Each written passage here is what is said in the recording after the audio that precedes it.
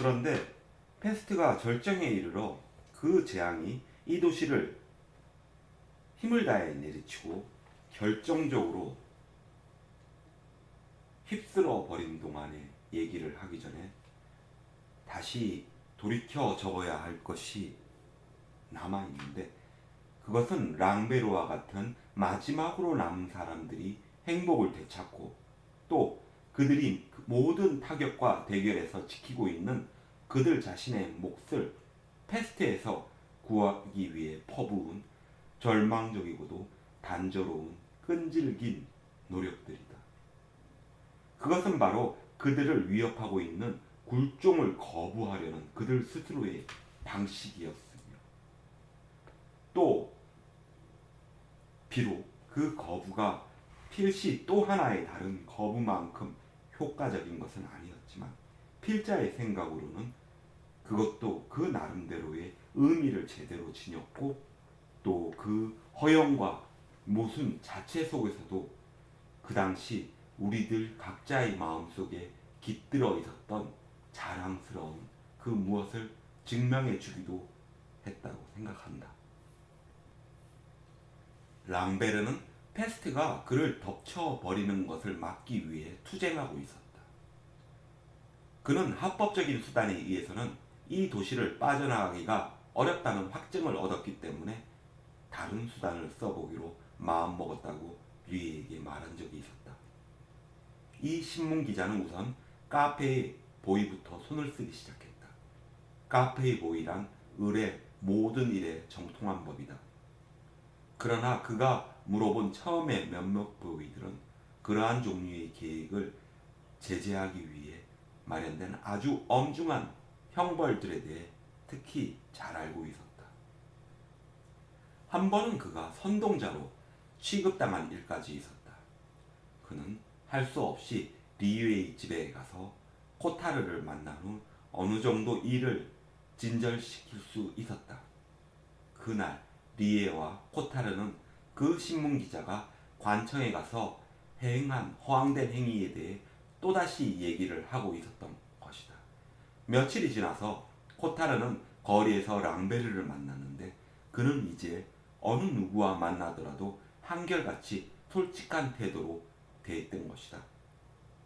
여전히 아무 진척도 못 보셨나요? 코타르가 물었다. 네, 아무 진척도 못 보았어요. 관청에 기대할 수는 없지요. 그들은 남을 이해해 주는 것과는 거리가 멀지요. 그건 정말 그렇습니다. 그러나 전 달리 방법을 찾고 있는데 어렵군요. 아, 알겠습니다. 코타르가 대답했다. 그는 어떤 방도를 잘 알고 있었다.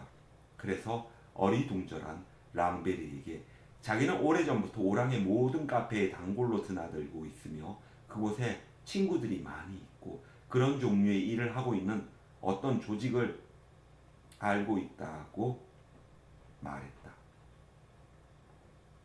사실 코타르는 이제 지출이 수입을 초과하고 있었는데 배급 물자에 대한 밀매업에 관여하고 있었다.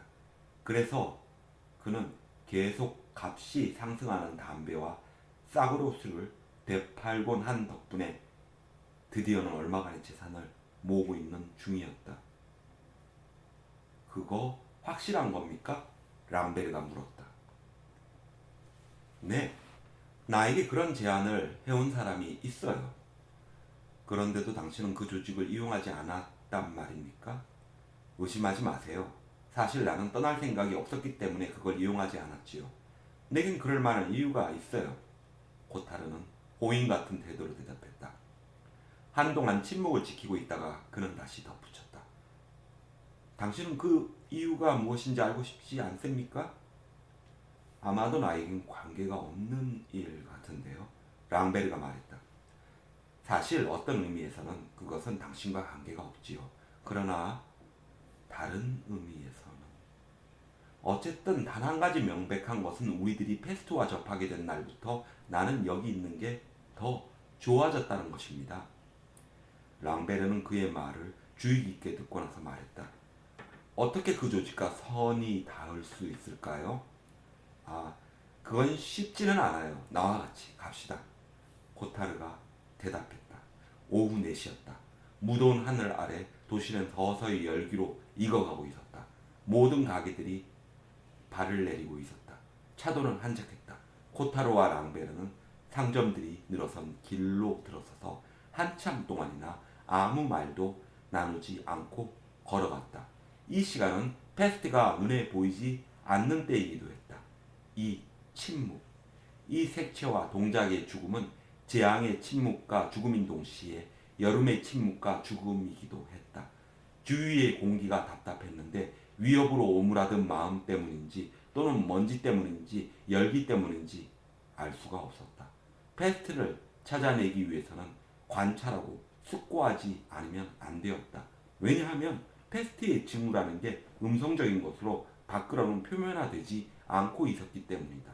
페스트와 관계가 있었던 코타르는 랑베르에게 보통 때 같으면 복도문 앞쪽에서 배를 땅에 붙이고 늘어선 채 전혀 일 것 같지도 않은 바람길을 찾으며 헐떡거리던 개들이 눈에 띄지 않는다는지 하는 사실 따위를 상기시키곤 했다. 그들은 팔미의 대로에 들어서서 연병장을 가로질러 마린느 구역을 향해 걸어 내려갔다. 왼쪽에는 초록색으로 칠해진 카페가 하나 있는데 노란 천으로 된 두터운 발을 비스듬히 쳐놓고 있었다. 이곳에 들어가면서 코타르와 람베르는 이마에 땀을 닦아냈다. 그들은 초록색 철판으로 만든 테이블 앞에 접었다 폈다 할 수 있는 정원용 의자에 자리를 잡았다. 파리들이 공중에서 윙윙거리고 있었다. 홀은 비어 있었다. 건들거리는 카운터 위에 세 장 안에는 털이 빠진 앵무새 한 마리가 횃대 위에 시름없이 앉아 있었다.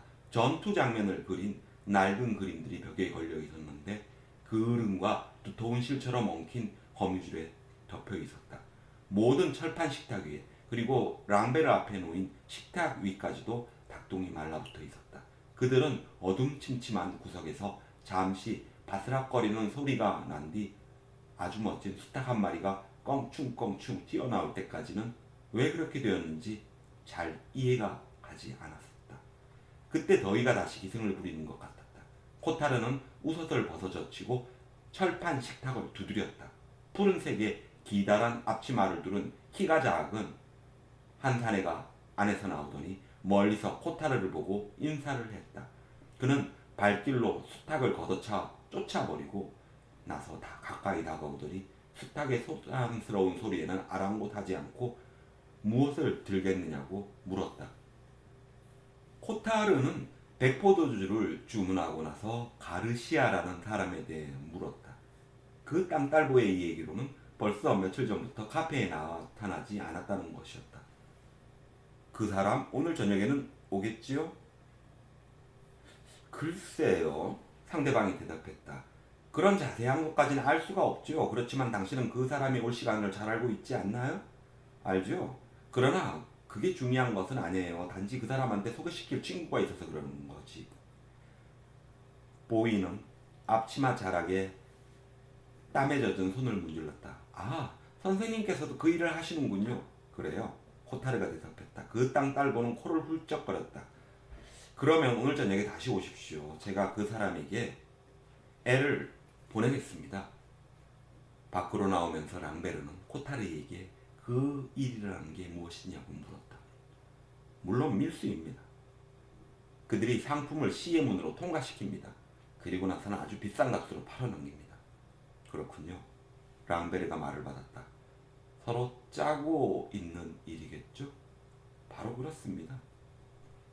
저녁때가 되니 발이 올려지고 앵무새는 그의 세장에서 제잘거리고 철판 테이블마다 셔츠 바람의 남자들이 자리를 잡았다. 그들 가운데 한 남자가 밀짚 모자를 뒤로 젖혀 쓰고 햇볕에 타서 흑빛이 된 가슴이 드러날 만큼 흰 와이셔츠를 활짝 열어 젖혀뜨리고 있었다. 이때 코타르가 들어오자 몸을 일으켰다.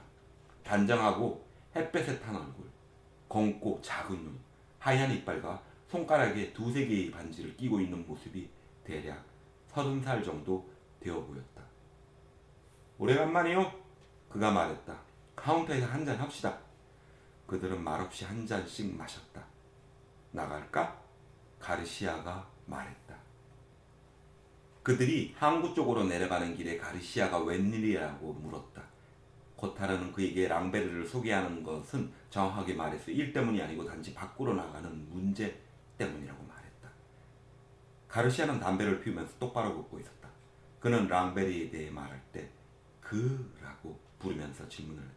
마치 랑베르가 눈앞에 있다는 것을 모르기라도 하듯이 말이다. 무엇 때문에 그렇게 하려는 거죠? 가르시아가 말했다. 그는 프랑스에 아내가 있어. 아, 그래요. 그리고는 잠시 말이 없었다. 그 사람 직업이 뭐요? 신문기자. 말 많은 직업이구만. 랑베르는 침묵을 지키고 있었다.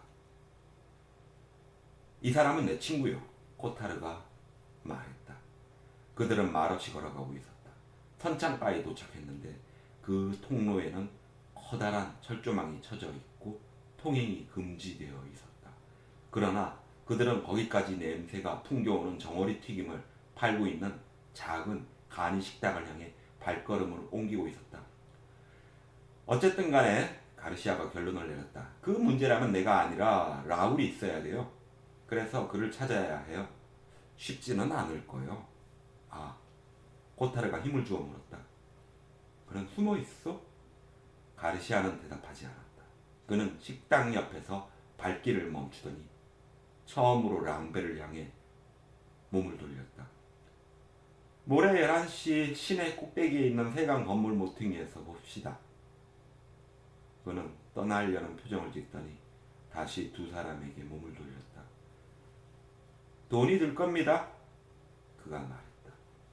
그것은 일종의 다짐이었다. 물론이죠. 랑베르가 동의했다.